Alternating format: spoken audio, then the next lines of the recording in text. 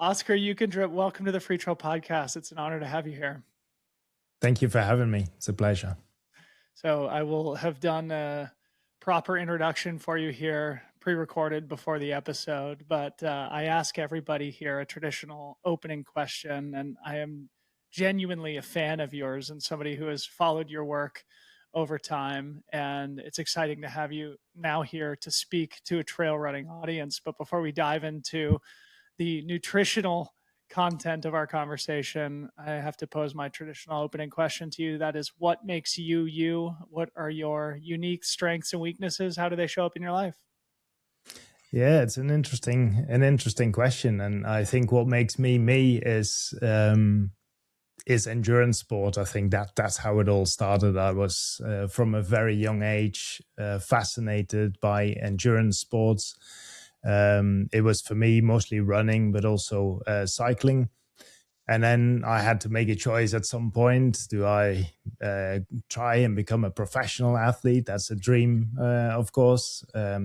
But the other option was to go to university and study it and become a scientist. And so that's the option that I decided. I always stayed an endurance athlete, but I pursued a career in science. And it was mostly because I watched a TV program, and in Holland, where I'm from originally, speed skating is a very big sport, very big national sport. And one of the persons on this TV show was doing this performance test in a lab with an athlete, and I thought it was so sort of fascinating. And it turned out that person was a world champion speed skating, but he was also a professor in exercise physiology. So I went to study with him, and that was the start of a whole career in science. I think the science is, and also sort of the critical thinking, the analytical thinking is probably what makes me a bit different, and that's where my strengths are. Staying true to the science is really important for me always. And I think the last few years, although my whole career was initially in academia and then in the corporate world for a little bit, and now I consult a lot with elite athletes and teams. I've always tried to take the science, which can sometimes be difficult to understand, a different language. It can be complicated. I try to make it easy to understand for normal people and for athletes, because that's why the science was done in the first place. We try to help athletes, but then there are not many people who actually translate that science in something that is really usable.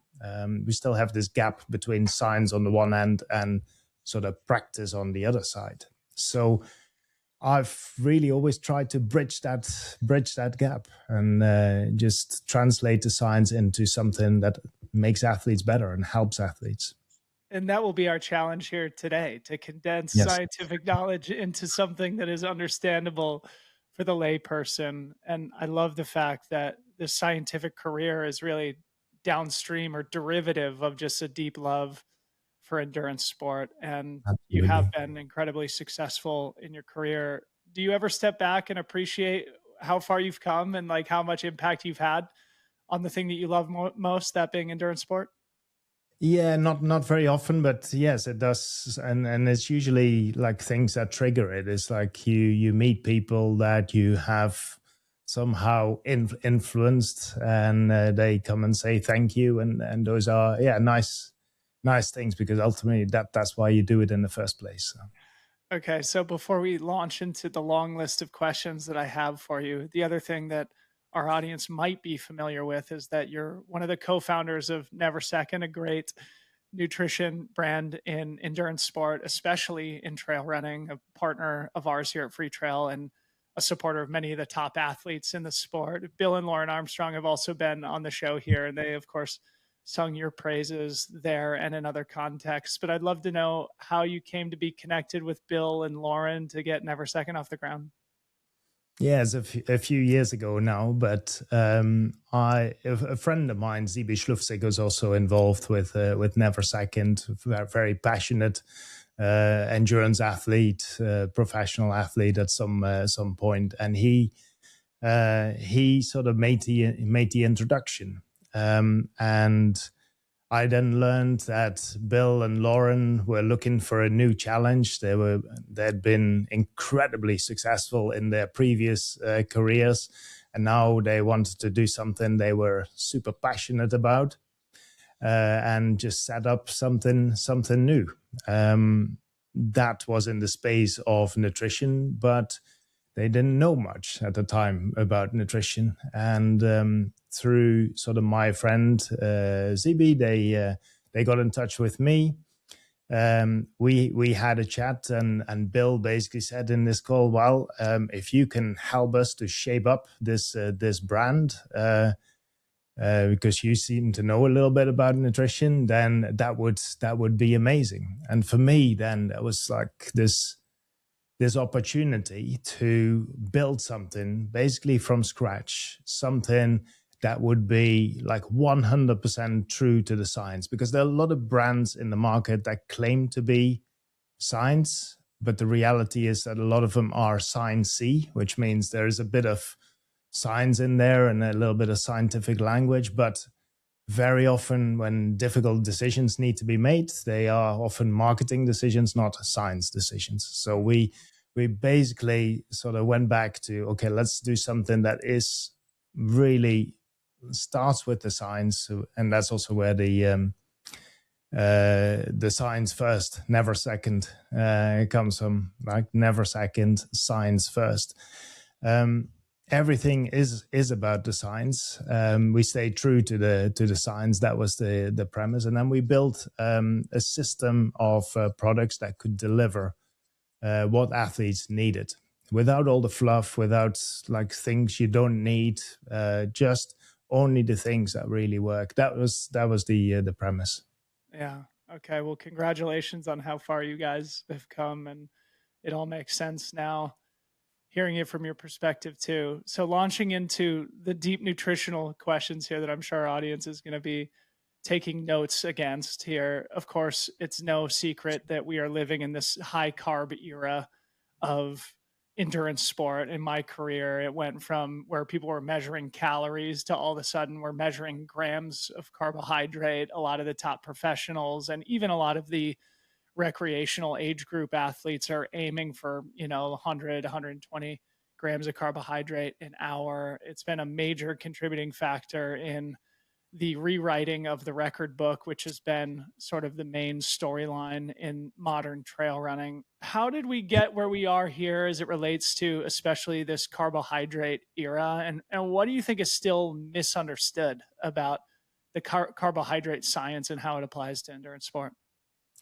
Yeah, so I go a little bit further back than you. So when I started, the normal intake was less than 30 grams, less than 30 grams per hour, even in cycling, where it is a lot easier to take in carbohydrate. And now, yes, we are talking about 120 grams an hour and more.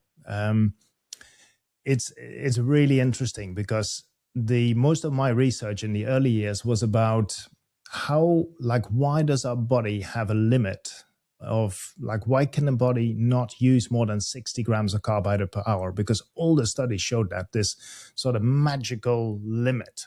And it was, all these studies ended at 60 grams an hour. So we did studies where we gave 180 grams an hour of glucose, and it only 60 grams an hour got used. Why? So we did a lot of studies trying to find out what is that limitation. And we ultimately found out, well, it's absorption that is the limitation, which is really interesting because the textbooks even today tell us your capacity to absorb glucose is virtually unlimited. So you pick up any physiology textbook, it will tell you that. Well, we know that certainly in the exercise context, that is not true. So 60 grams an hour was the limit. And I was working at the time very early in my career, also with professional athletes, professional cyclists, professional runners. And they thought I was crazy, even suggesting 60 grams an hour. And we did the research to find out that if you use combinations of carbohydrate, you can increase. You can actually go above this magical barrier of 60 grams an hour, even up to 90 grams an hour, even higher. We showed, but we also showed that if you go higher, you also increase the risk of GI problems, which then after several years of research, we concluded, okay, 90 grams is probably like a little bit doable for most people. And that's where that recommendation of 90 grams an hour came from. And then, of course, as this idea became more popular, but it's only happened in the last few years, even though the research that I'm talking about now was done in 2005. So, or published in 2005, was actually done in 2003. So it took a long time for this to actually make it to the athletes, which is also one of my frustrations sometimes, that we have a lot of good research, but it takes a very long time before it actually gets adopted. And then other things that is really poor and popular thoughts, they make it within hours, and everyone starts using it, but there's zero science behind it. So that's been one of my frustrations. So what I'm inferring there is that one of the major breakthroughs was learning that different sources of carbohydrates, different sources of sugars was important in order to increase the absorption. Is that accurate? And can you just share a little bit, like, for example, Neversecond, it's 2-to-1 maltodextrin to fructose ratio. And it seems like that's born out of this science first, Neversecond philosophy. What can a layperson understand about that? Yeah, so I think it is actually important to understand what happens and why these combinations of carbohydrates are important. So I'll try to explain it in really, really easy terms. And then we can then also talk about like why 2-to-1 or why not a different ratio. And I can already say there isn't actually an optimal ratio, but we'll get to that. I'll explain first what the problem was. So we found out through a number of studies that the limitation was really in the gastrointestinal tract. Absorption was the biggest problems. And when you give glucose or more glucose or even more glucose, at some point, the transporters that you have in the intestine that take up the glucose, they become saturated. So it doesn't matter how much glucose you put in your intestine, how much you ingest, it doesn't matter. These transporters are working maximum capacity. They're taking up as much as they can. And that appears to be 60 grams an hour. So it is a little bit like you have a room full of people and you have one door only. So you open that door and you ask everyone, leave the room as quickly as possible. There's only so many people that can leave that room at the same time.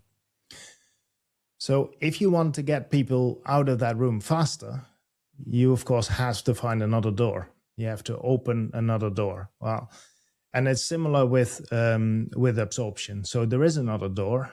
There is another transporter. That transporter transports fructose.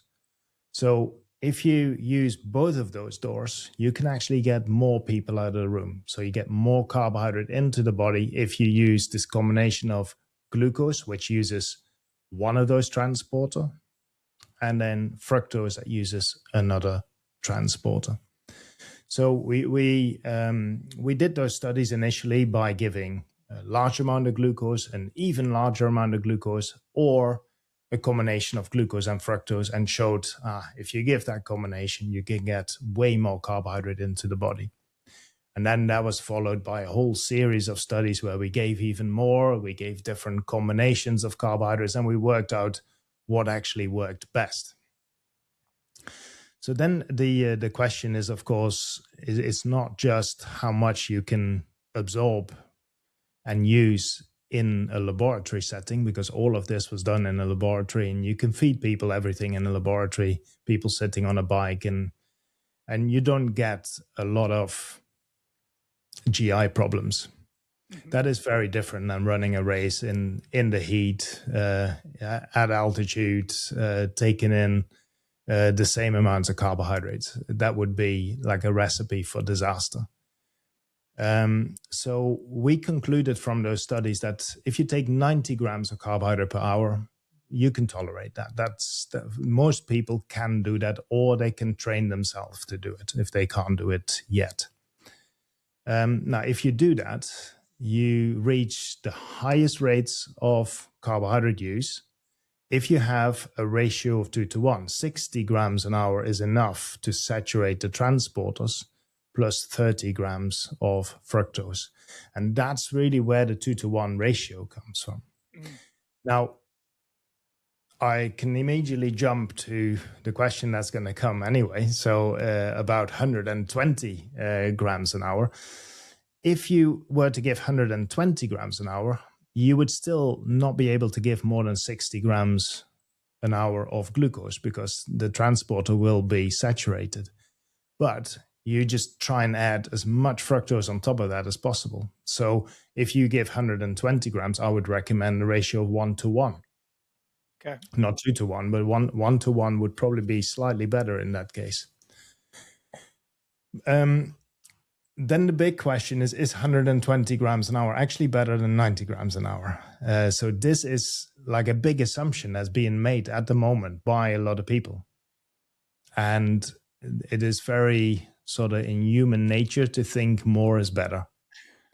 Especially in the American mind, that's Yes, yeah. generally our orientation. Yes. No, I can assure you, it's in any human mind. It's not just. It's so yeah. This is why we get the story of 175 grams of carbohydrate in an hour. In a marathon or in cycling events, triathlons, we've heard it. Now we have to go back to the evidence. The evidence isn't there that is better. And I'm also struggling a little bit with the theory. I'm not saying it's not better because that evidence is there. It's not there either, right? So maybe we learn in the future that it is better. Maybe we learn in the future that it's not better. But at the moment, the evidence just isn't there. What we do have is evidence that more people will have stomach problems with 120 grams an hour than with 90. So I think we need to wait till people actually do those studies. And I think that's quite important. And for now, we have to stick to the theory a little bit. So like why? Like it's fairly clear, I think, why more carbohydrate is better up to a point. Because you are providing more energy, you are sparing your body carbohydrate stores, and that is beneficial. When you go over 90 grams an hour, you are not necessarily sparing your body carbohydrate stores. You are actually pushing the body to use more carbohydrate than it would normally do.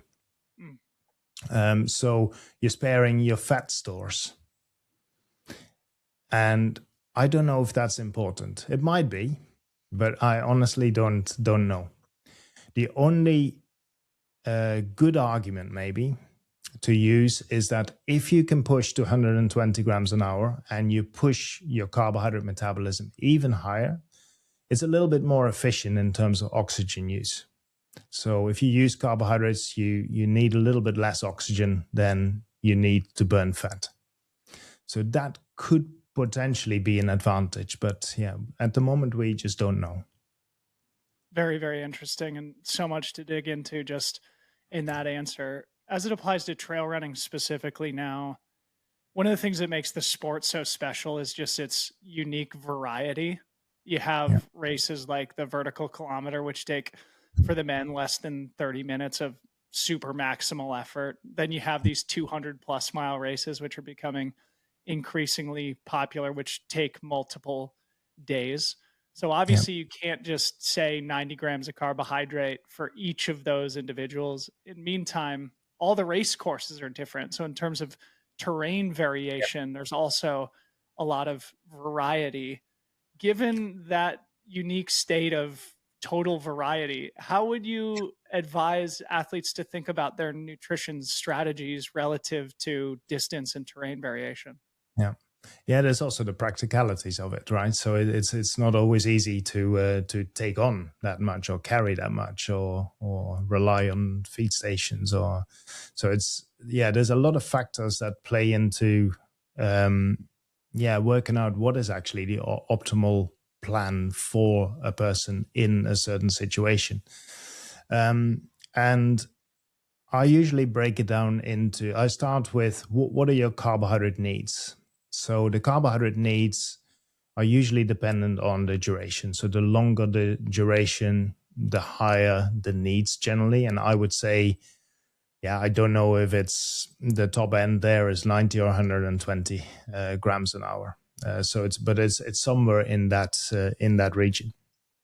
But whether you choose 90 or 120 really depends on how well you can tolerate it. And everyone can train this. Well, we can get into that in a minute as well. Everyone can train it. Everyone can get better at it.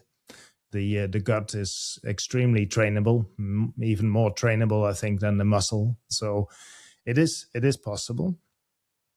But if you know that you struggle with 90 grams an hour, then 120 grams an hour should not even be part of any plan, right? So unless you have many months to prepare and sort of push up to 120 grams an hour until you can do that really comfortably, and then it can become part of a race strategy. So comfort and what you can tolerate is a major part of the actual plan. So that's just the carbohydrate need. So say we decide, for me it's 90 grams of carbohydrate per hour. Then the second part is the fluid needs. Now, the fluid needs are going to be incredibly dependent, of course, on your sweat rate, which is dependent on your person and the environment that you're in. So we all know people that sweat very little, and then we know people that sweat enormous amount. We don't really know why that is the case, because they're running at the same pace and they have similar body composition and everything. But still, there's a big difference. So for you, if you want your nutrition plan to work, you need to understand what your sweat rate is. You need to understand what is your expected sweat loss in the conditions that you're going to race in. And the only way to do that is just do frequent measurements. They are, they can, on paper, very simple measurements of body weight before, after, correcting it for the amount you drink. In reality, it really isn't that easy to do. But you can get a pretty good idea from like just measuring body weight before and after runs. There are sweat patches as well that can help you to get estimates of this. But the more you can estimate it, the better you can predict your sweat rate. So that's the second factor that goes into this. And if you know your predicted sweat rate, you can then decide, okay, what weight loss is acceptable for me at the finish.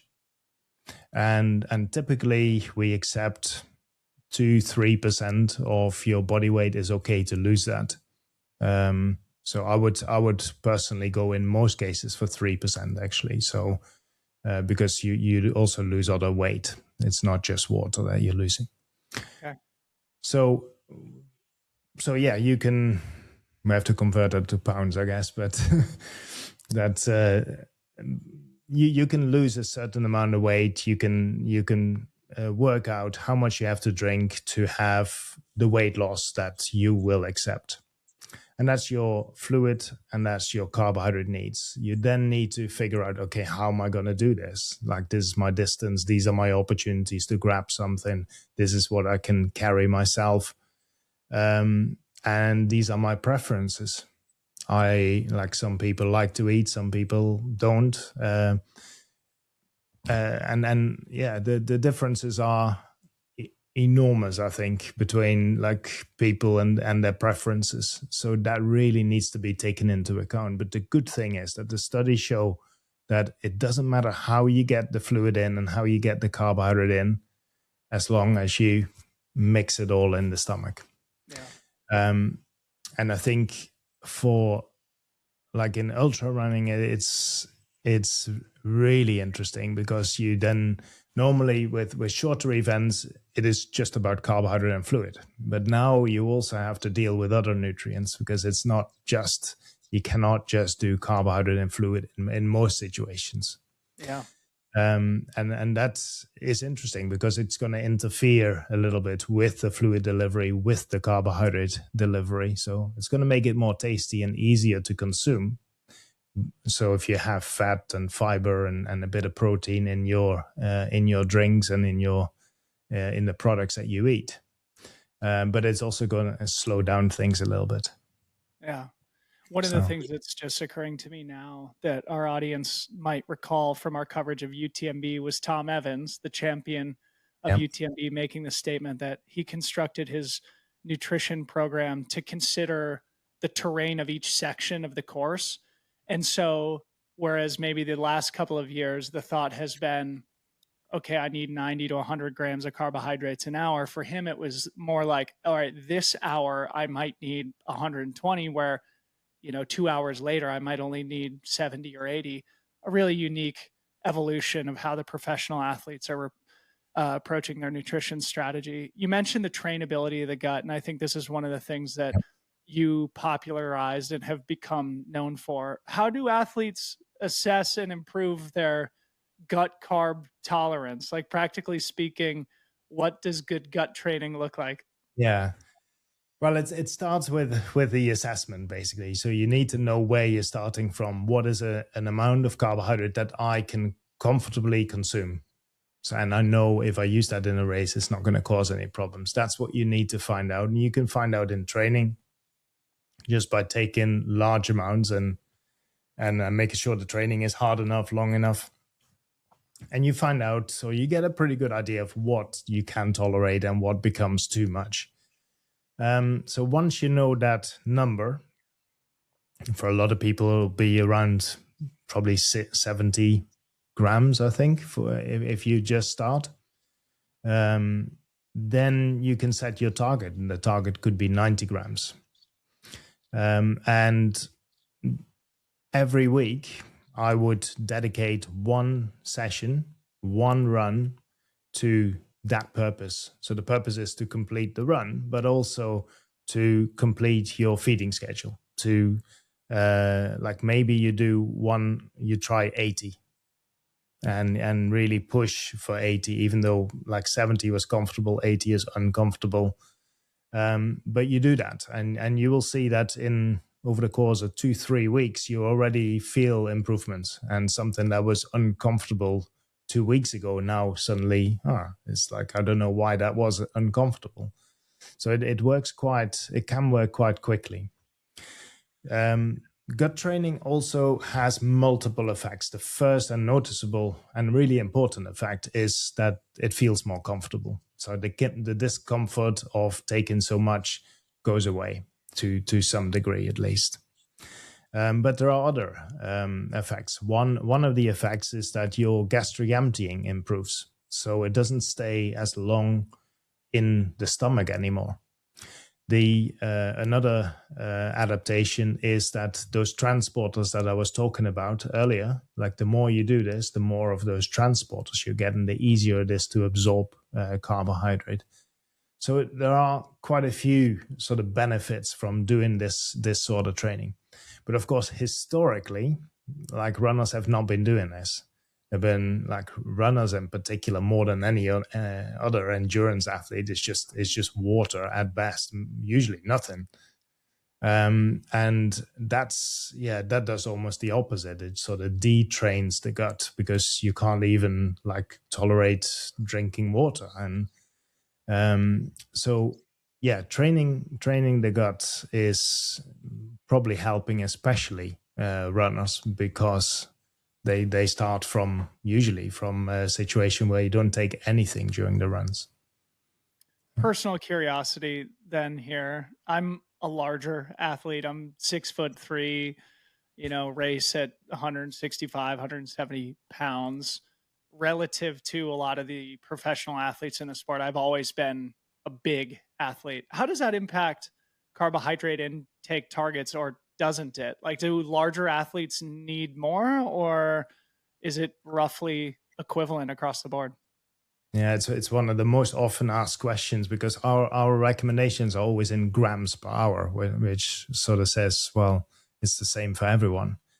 And also female athletes ask that question. It's like, why would I have to take the same in grams per hour? Where are my recommendations? And the reason for the recommendation is simply when we looked at all the studies that we did and we plotted the results, and on the horizontal axis we plotted body weights from like really low body weights to pretty high body weights, and then on the vertical axis you would have carbohydrate oxidation from a drink, and you would get this scatter plot that is really all over the place. There's zero correlation between the body weight and how much carbohydrate you can oxidize. And that's why we've never tried to express it per kilogram or per pound of body weight, because it doesn't make sense based on the results. And the explanation for that, physiologically, I think, is that the most important factor is how much the gut can absorb, and that's not necessarily bigger, greater with heavier people than with lighter people. So yeah, the recommendations are just grams per hour, and they are the same for everyone. It makes it a little bit simpler. And Definitely. when we first, if we were all doing calculations of grams per body weight, it would become a much harder math equation.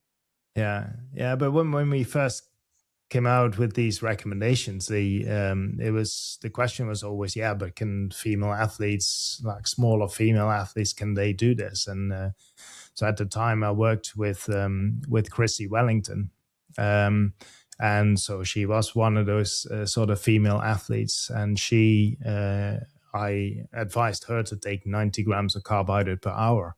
She went to Hawaii Ironman and was probably the first athlete to ever take 90 grams of carbohydrate per hour in an Ironman, and she won it. So there was my proof that it is actually possible for smaller female athletes to do this. So yeah. To put it in trail running terms, Chrissy Wellington is effectively like the Katie Scheid or the Courtney Dauwalter of Ironman triathlon, one of the greatest to ever do it. Very interesting. All right, so coming back to the gut training thing, on the opposite side of the spectrum, obviously it's been talked about for years now about, are there benefits to doing fasted runs? Like, people interpreting or at least inferring that doing that fat-based metabolism in some way had performance benefits. Scientifically, what do we know about that fueling periodization? Or like in the same way that we might do gut training, is there an advantage to doing fasted runs? Yeah, I think the idea of doing fasted runs is that you improve your fat metabolism. That's the idea behind it. And generally, if you can improve your fat metabolism, you can burn more fat. It means you're also sparing your carbohydrates. You don't need to use your carbohydrate stores so early. So in theory, I think this is definitely something we should consider, especially in this sport. So the evidence is that first of all, there are many different ways of doing this. So a fasted run is just one of them. Another method that's very often used is like 2 runs per day, where in the first run is quite intense and you deplete your carbohydrate stores. The second run you do without feeding in between, or with little carbohydrate in between, so that the second run you already start with low glycogen. There is also a way to sleep low is another method, where you do a run in the evening and then you sleep without carbohydrate, and then you do another run in the morning. And they're all methods to reduce your body carbohydrate stores and then train with those low body carbohydrate stores, forcing your body to burn fat. What the studies show is that if you look at the muscle level, this works. There's no denying that this works. So you see an upregulation of enzymes that you need to burn fat. So all the machinery is upgraded to burn fat. So I think, yes, there is a role for this if you take that evidence seriously. Do we have studies that show that then also improves performance? That's a little bit limited, but personally, this is just my sort of personal opinion. I think those studies are really hard to do, because they're really hard to do, because you need to control everything. You need to control what people are eating, what people are training, what they're doing during the day. You need to make sure they're sleeping. It's really hard to do. So they typically have only been 3 weeks of duration. And I think to see better training adaptation in 3 weeks is challenging. You can see it at the muscle level, but yeah, as most of us know, it takes a little bit longer before you actually see it in the times you run. So I think, yeah, it can be beneficial is my. Well, I appreciate your, I guess, I don't know, diplomatic answer. That's a wrong word that I'm looking for. But, obviously, oftentimes in the nutritional space, as I'm sure you're aware, there's often dogmatic positions on both sides of this. And it's refreshing to hear somebody say, yeah, it may be beneficial, but really we don't know. And unequivocally, though, it does upregulate things that could be beneficial. And so there's still more to learn, and there's still more room for experimentation. Related to this, one of the current debates in the sport is whether or not there's long-term health consequences to this high carb revolution. Obviously, as it has become more and more common for people to be showcasing their huge increases in carbohydrate consumption, there's voices on the opposite side cautioning that maybe that's detrimental to health. Do you have an opinion on that, or how could people think about the non-performance implications of their performance nutrition? Yeah. So I think the first point to make is that I would never advocate like high carb all of the time. I think there's a place for high carb. I think there's also a place sometimes for low carb. So with training, we don't have this discussion. It's like you have this type of training, you run for very long periods of time, but at a modest pace, or you do some more interval type work. And what makes you better probably is the combination of the two. If you do one thing all of the time, I think that's debatable how much better that would make you. And so it's not that different on the nutrition side. So I would probably advise to do a little bit of both. So sometimes we train low, sometimes we train high. So of course there's still, like, generally the carbohydrate intake would probably increase a little bit compared to what people would normally do. But I always think that it is not about doing as much carbohydrate as possible. It is about making sure that you have enough carbohydrates to do the workouts and to do them well and to recover well. And I think if you do that, then we can actually show in studies that most of the carbohydrate that you would ingest is just fuel. Mm-hmm. If you burn it, if you take the carbohydrate in and you burn it, well, where would the negative effect come from? It's all gone. So yes, of course, it is possible to overdo it. If you overdo it, then some of this carbohydrate is going to be turned into fat. That's still not a big problem. It's not a problem, really.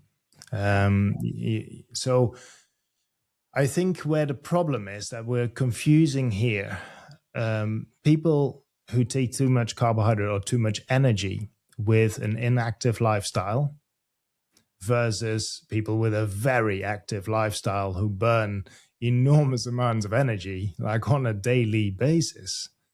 And you can't, they're two different things. You can't compare them. Yeah. So thank you for that. Yeah, makes total sense. So let's pivot and talk specifically about what people can learn for competition, for racing performance. One of the where I'd like to start is like in my racing career, as I'm sure a lot of people can identify with, you're not really entirely sure whether your nutrition plan is working, right? Aside from the subjective feeling of high or low energy. And oftentimes, if you're feeling low energy, what you assume is that you need to increase the carbohydrates, increase the calories when, it may be other factors that lead to it. So what should athletes consider to like have confidence in what they're doing and when they need to make adjustments aside from just that subjective feeling, or is that really what we need to rely on? Well, I would first of all, I would say that the subjective feeling is the most important thing because we could have any marker we want, but if you didn't feel great, then and the marker said you feel great, you still wouldn't feel great. So I think the subjective feeling is actually incredibly important. But of course, you would certainly when you try to fine tune things, you would love to have a marker that helps you to do this. I think on the fluid side, which is half of the equation, I think we can do this simply by measuring sort of body weight, and we can track that to some degree, making sure we don't get too dehydrated. On the carbohydrate side, it's more difficult. So we had the continuous glucose monitors, like the patches that a lot of people tried and used. But I'm not sure it will actually give you an answer to that question, because your body is so good at, like in a healthy body, is so good at regulating your blood glucose that it will always stay fairly high. And if it doesn't, then you would also feel it. You get dizzy and weak, and the numbers will probably tell you are hypoglycemic. So other than that, I don't think there are many like measuring performance. So we can see it in sports like cycling, but I guess running you could also like see it in the pace a little bit. It's you can see when you're not fueled well, but of course there may be other reasons why performance is dropping or you're getting fatigued. So say a little bit more about the CGM devices. Are you saying that there's an inherent limitation as to what useful information they can provide in the heat of competition? Yes, I think that's fair to say. I think they do provide useful information if the context is right. If you just put a CGM on your arm and you try to like get useful feedback from that you can immediately implement, I'm not sure it's that useful, other than when it's too late already and you're hypoglycemic. But that probably meant that you didn't follow your fueling plan in the first place, or there was a clear reason why you couldn't follow the fueling plan, because you couldn't tolerate it or something, or there was nothing available. So in those cases, I don't think CGM will actually add very much. There are other cases where it could be really useful to figure out how your body works, but that's a slightly different context. Okay, so one of the other major trends in trail running is the advancement with cooling. And I've always heard that having a lower core temperature also makes it more helpful to metabolize carbohydrates. Are those two things related? Is this part of why all the record books are being rewritten now, is because the carbohydrate revolution is happening, in synchronicity with the cooling revolution?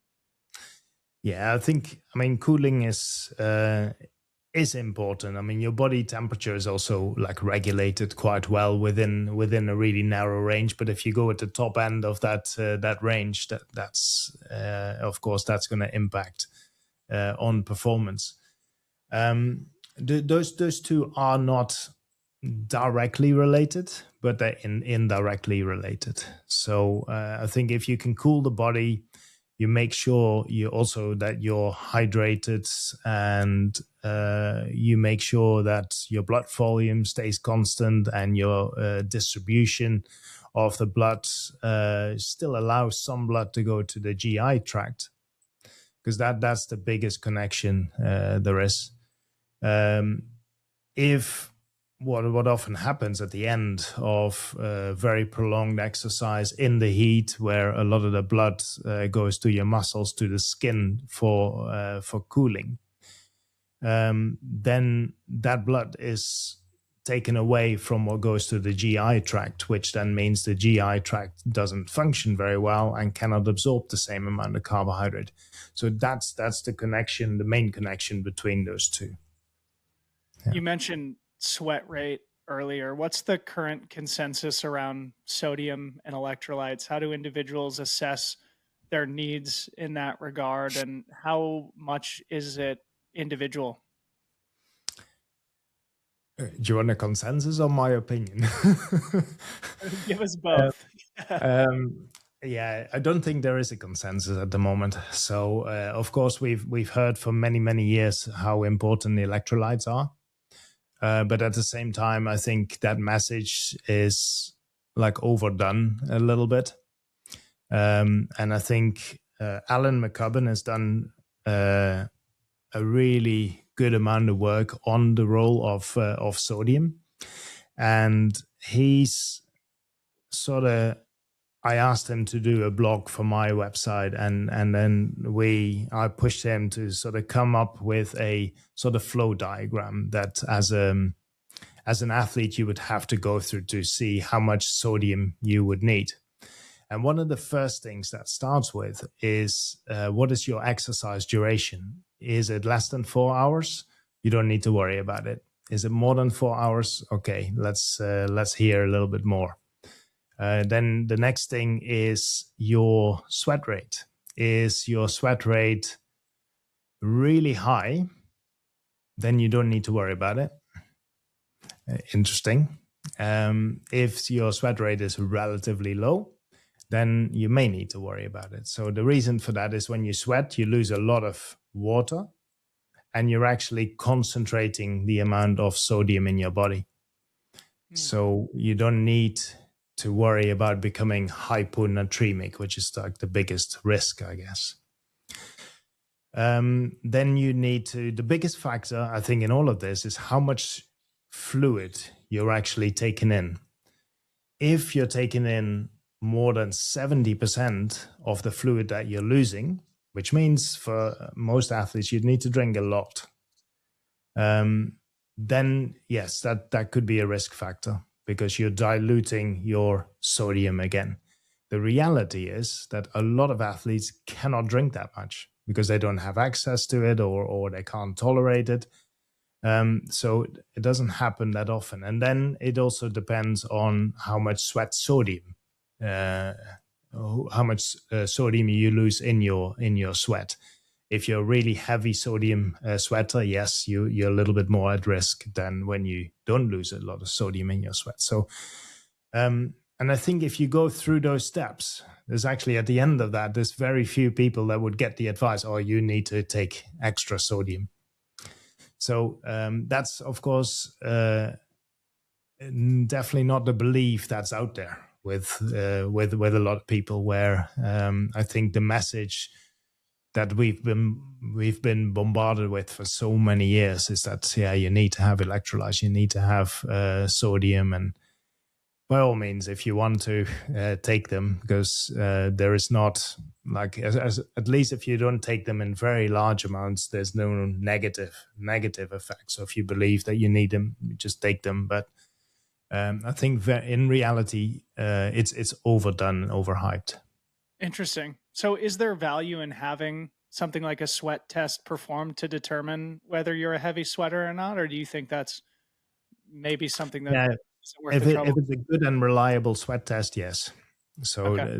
There is another problem there. I think that there's a lot of sweat tests that are, not very reliable, don't give very good answers. But if you could do it really well, then yes, it will tell you if you're in the potentially risk category or the category, well, you don't really ever need to worry. So interesting. Okay. The other thing that people talk about a lot is caffeine. Mm-hmm. What are the performance benefits of caffeine, and where should runners be cautious about their supplementation? Yeah, so caffeine is, I think, one of the supplements with the strongest evidence. And from what I've seen, mostly in laboratory studies, it pretty much works with everyone. Where it's different is that some people see performance benefits and they get zero side effects, and others get the performance benefits with a lot of side effects. And we also know that people respond very differently to caffeine, right? Some people can drink coffee and then go to sleep an hour later. Some people drink coffee and they're awake all night. And yeah, that's just genetic. And that simple question of can you drink coffee and fall asleep will tell you in which category you fall. So you don't need to do a genetic test for that. It's just that question will do it. And I think if you fall in that category where you're a bit more sensitive to caffeine, you just have to be more aware of the side effects. But the point is that it is one of the most reliable things that you could consume to improve performance. Is that where you kind of started that question or that answer? Yeah, I think that's true. It's and then the doses actually doesn't need to be that high either. So with 3 milligrams per kilogram, you can see these effects. So if you can take that and not have any side effects, then that's a strategy you could take. So just as an example, like if you were advising a top athlete in trail and ultra running about their caffeine strategy in a race, what would you say? Would it be take as much as you can, or would it be similar to what we mentioned with Tom Evans earlier of like, hey, these might be the critical places in the race to supplement with caffeine? Yeah, it depends a little bit on the duration of the race, because over time, caffeine has a very long half-life, which means it stays like 5 hours later. You still have a lot of caffeine in the body, about 50% of what you had. So it also accumulates. So if you take too much, you just accumulate caffeine, which is probably not something you want. So I would probably do it a little bit more strategically for those sections in the race that are a little bit harder. But make sure that before that 1 hour before, you take 3 milligrams per kilogram. So then it will be effective. And then, you can sort of realize that 5 hours later, you still have half that concentration. So you can then top it up with a little bit if you wanted to. One of the reasons why after long races, we all lay awake in bed for 1 or 2 nights. Exactly. Ideally, though, with an exhausted feeling of satisfaction that we did something awesome and it's totally worth it. Yeah. Another thing that is kind of a phenomenon in the world right now is just the unique visibility that we all have into our own biology and health state and fitness state at any given time.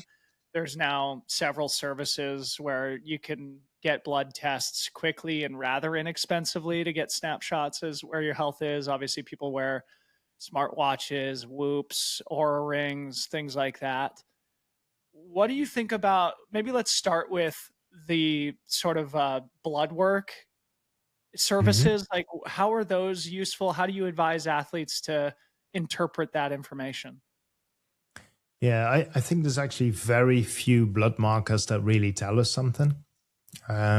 So I think the most important one for running, without any doubt, is iron. So that's something that I would actually track regularly and get it measured sort of routinely, maybe a few times a year. And if your values are always normal, then you don't need to measure it that often. But if you're always a bit low, then I would keep measuring this, because it has a huge impact on performance. So yeah, make sure your iron is okay. Then vitamin D is another one that I would measure, because a lot of people, like even people that are outside quite a bit, are low in vitamin D for part of the year. So that's another one. And then after that is already I'm already thinking, okay, what else should we measure? And the reason for that is that a lot of the things that we measure, you can measure them in blood, but like magnesium as an example, like yes, you can measure magnesium in blood, but I don't really care about my magnesium in my blood. I need to know what my magnesium is in the muscle. And maybe it's low in the blood because it's gone into the muscle and it's really high in the muscle. And so if you just measure magnesium in the blood, it really doesn't tell you that much. And it's true for a lot of markers. We measure it in blood because, well, that's what we can measure. But it's not necessarily where we should be measuring it. And some other markers are also difficult because maybe you measure them in the morning, but there is a circadian rhythm. And so if you measure them in the afternoon, it would be a different value. So how do you interpret that? Or many of the markers are influenced by what you did the day before. And when you do research, you control all of this, right? So you control, you tell people, okay, do not exercise for 2 days before coming into the lab. And then another factor is actually your body position that very few people actually consider, but you get different values when you lie down or when you sit. Really? And most doctors don't even know that. So, so there are a lot of issues, I think, that you have to be aware of, and whether it's worth getting. You just get really noisy data, right? And it's very tempting if a score is low to think, oh, there is a problem here, but maybe there's another reason why the measurement is low. So do we think about the nutrition peripheral to our performance and our exercise? Like our everyday nutrition is meant to probably make up for these inefficiencies, and it sounds like it's hard to know whether we have inefficiencies. Yeah, no, it is really hard to know. That is a fact, and I think but it also refers a little bit. My answer is a little bit to sort of the services that are just provided to people in general. So I think it's a little bit different than just going to doctor, discussing clearly what your problem is, doing the measurements, and then doctor can connect with the possible symptoms and everything. That's different than just a service where you send in your sample and you get some numbers back, and they haven't spoken to you, but they have a full report of what it all means. So they're missing the context. And I think the context is really, really important. Understanding how when the sample was collected, what you did the day before, et cetera, et cetera. So really interesting. Well, we can start winding down here, but personal curiosity again for me. Of course, you are recognized as one of, if not the leaders in terms of your contributions to this field. I know you've worked with people like Chrissy Wellington, is great, Olympic athletes, Tour de France athletes. Are there any fun stories to share about how nutrition has played a role in maybe some defining sporting achievements, or some of your proudest moments as a scientist, helping athletes achieve their dreams? I have lots of stories, and I've been very fortunate that I've been able to work with so many sort of top athletes. But I would say, like for me, one of the like greatest sort of experiences was working with Haile Gebrselassie. So Haile ran 27 world records from anything between 800 meters and a marathon. Like 27 world record is just like insane. He is an absolute hero in his country, in Ethiopia. It's like everyone, of course, knows him. He's like everyone stops in the street for him. It's just amazing. So when he stepped up from like 10,000 meters to the marathon, he was running London Marathon with Paul Turgat, and they're running side by side, and suddenly Hailey's light went out, and he sort of panicked, and this is where like I got involved, and he was explaining to me, there's something wrong with me, and I just could not follow his pace, and this never happened, and there's something wrong with me. What's wrong? And I said, Hailey, you've just stepped up to the marathon, and maybe it is just fueling.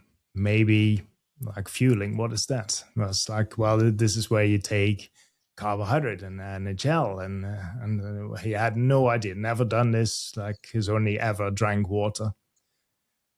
So we started to do some measurements with him, and also in Ethiopia we did the full like studies with tracers and everything, measured how much of the carbohydrate he was using, and then did some training the gut sessions. And then he went to Berlin Marathon. He could, without any problem, take 90 grams of carbohydrate per hour. He ran world record, and so that was a really like an amazing moment after just from someone who just won everything there's to win, who then discovers by running a marathon, it's like, oh, there is such a thing as running out of energy. It's the first time that he experienced it in his life, and then just adopting this completely strange new technique of taking 90 grams an hour, and then making it successful. It's just, that was amazing. Yeah. What a great story. Testament to when hard work and just pure talent meets new knowledge. It's just hilarious to think that the great Gebre Selassie would run through marathons on just water before discovering the magic of carbohydrates. One more thing before our traditional closing question here. Looking towards the future, like what are some of the things that you're excited about as it relates to your field of work? Are there things that are sort of in the back of your mind today that you think are going to be part of the everyday lexicon of the endurance athlete in 3 to 5 years? Yeah, this is a really hard question, I think, because it's not going to be some supplement or magic supplement. Because if I look back at the last 30 years, like how many of those supplements that have come up and were trendy at some point are still around? Like there's literally five supplements that will make that list. So I don't expect it in that area. I think it is more about athletes learning to do the basics better. And I think most of the mistakes that I see athletes make are just simply in the basics. And the basics, what I mean with that is just having every meal. I always say every meal you eat is an opportunity. It's an opportunity to increase, or if you do it wrong, decrease the effects of your training. And so if you can like make that meal or make the composition of that meal optimal every time, like meal after meal, day after day, week after week, month after month, that's where you're going to see the really big effects. It's not going to come from some magic supplement that sounds really good and makes progress really, really easy. But it is about like your training, right? It's like you don't get the effect from this one magic training. It is constantly doing the right thing over and over again. And nutrition is the same. And where I think this is going to go in the future is that we'll get tools that will help us to make the right decisions every meal. And this is, I think, it's already happening. And with the cycling team that I work with, we use one of those tools that is really helping, as far as I can tell, and the riders are telling me. It is not ready yet to share with other sports, because cycling is a sport that is extremely measurable. So you measure like power, like every minute they're on the bike, we have so many measurements of their power. It really helps to calculate exactly not only the energy use, but also how much carbohydrate, how much fat they're using. And but I think eventually this will also trickle down into running first, and then into other sports. So I think that is coming down the line in the next 2-3 years, I think. Really interesting. Basics done well. It's also the calling card, or one of the guiding philosophies of Tom Evans, who we've talked about now a couple of times in today's show. Oscar, this has been a fantastic conversation. I've really enjoyed an opportunity to get to know you a little bit. I have a traditional closing question that I ask everybody. That question is, who is one person that you admire? It can be inside or outside of sports, living or dead. Why do you admire that person? Oh my God, I would have to go back to Haile Gebrselassie again, and I'll tell you why. So in one of those visits in Ethiopia, he picked me up from the airport, and we had to go through this sea of people who all wanted to shake his hand and all wanted to say thank you for how he's influenced their lives, and etc. So in the end, we come to his sort of building where he had a gym, and every day he ran in the morning, and then at lunchtime he would do a second run on the treadmill in his own gym in the basement. But in Ethiopia, power is not very stable, so the light sometimes goes out at moments where you won't expect it.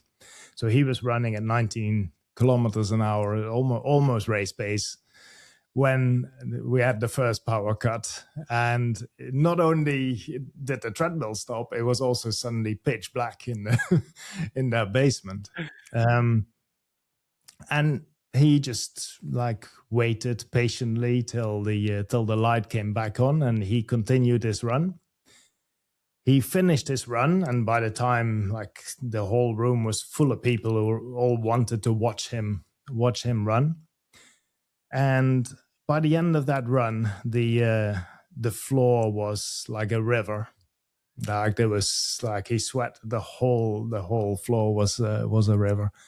And he got off the treadmill. He got a bucket and a mop, and the first thing he did was cleaned up the floor and the treadmill. While he had maybe, I don't know, 30, 40 people there who would have died to actually do this for him.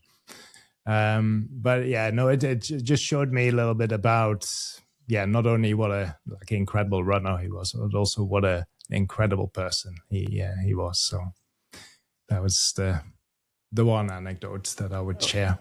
Yeah. What a great sentiment to end a great conversation. Oscar, again, thank you for coming on the show. Hope to do it again sometime. Thank you very much for having me. It was a pleasure.